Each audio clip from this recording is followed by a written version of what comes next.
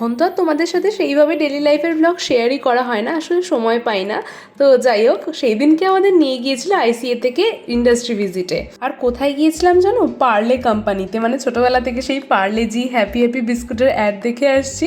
সত্যি কথা বলতে আমি তো ভীষণ এক্সাইটেড ছিলাম যে চোখের সামনে দেখবো কীভাবে বিস্কুট ফিস্কুট তৈরি হয়। তো এটা হচ্ছে সালাসার ইন্ডাস্ট্রি, আর এখানে অনলি হ্যাপি হ্যাপি বিস্কুট তৈরি হয়। আমরা মোটামুটি আইসিএ থেকে গিয়েছিলাম 60 জন মতো।